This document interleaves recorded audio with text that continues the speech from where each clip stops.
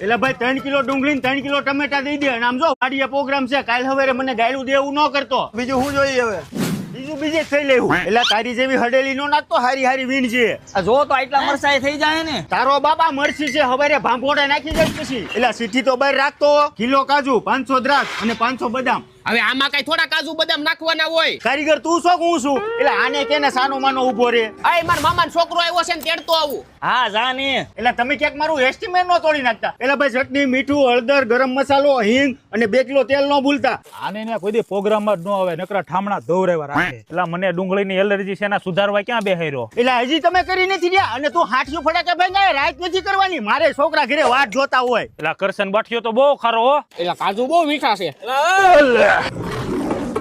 એટલે તમે તો ધુવાડો કર્યો, આંખું બળે છે. લ્યો કેરોસીન નાખી દઉં. તમારો હગો પવન આવે છે કે ખાટલો બાટલો આડો રાખો.